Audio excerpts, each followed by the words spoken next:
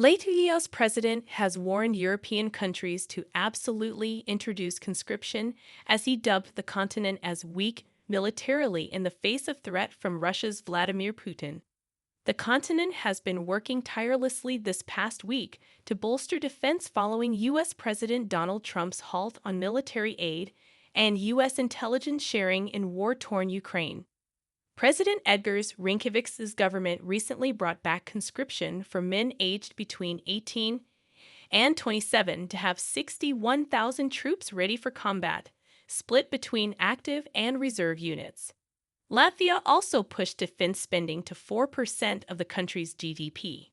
The Baltic country has a 175-mile border with Russia to its east, with Foreign Minister Krišjānis Kariņš saying last year that they wanted to achieve a state of preparedness to ward off a Kremlin invasion.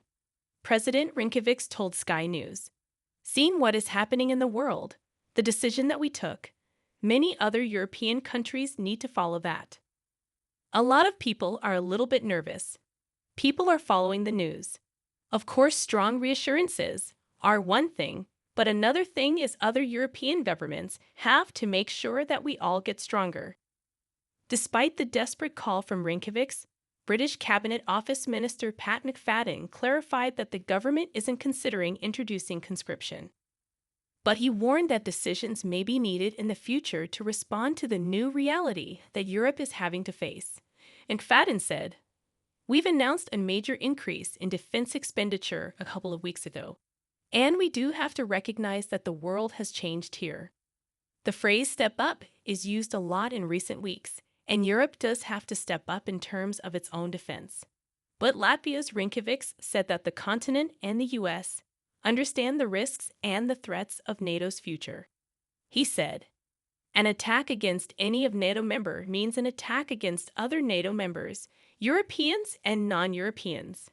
If there is a failure to fulfill Article 5, then I think everybody really understands this is the end of NATO." Dubbing Latvia, Estonia, and Lithuania the litmus test of NATO, Rinkevič also made his latest plea for an increase in the overall presence on the borders with Russia due to chilling increasing risks. He added, "What is now important is not only declarations, but also how those declarations are being implemented. I'm fine with the wordings, but we also need some deeds." The UK has pledged a £26 billion loan to Ukraine's war effort, underwritten by frozen Russian wealth. Last January, the Conservative Chief of the General Staff, Sir Patrick Sanders, stressed the need for ministers to mobilize the nation in a speech. With the British Army reduced to its smallest size for centuries, Sir Patrick said at the time that there should be a shift in the mindset of the public who should be willing to defend the UK against foreign adversaries.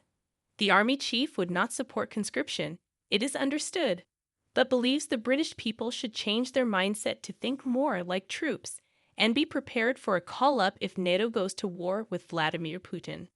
If there were an introduction of conscription, it would be the first time in over 60 years that Brits would be required to fight. Mandatory military service was introduced during the First World War after the government passed the Military Service Act in 1916. Ukraine crunched tail case.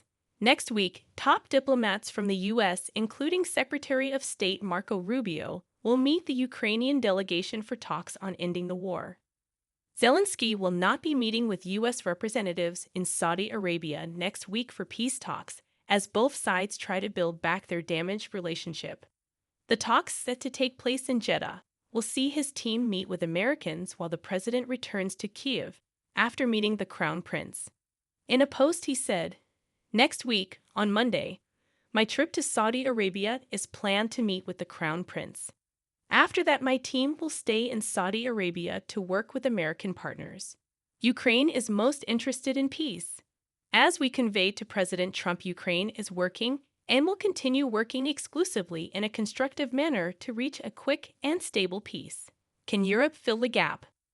On Thursday, leaders gathered at an emergency EU summit in Brussels and signaled that a £670 billion war chest will be amassed to help Ukraine in the war against Russia.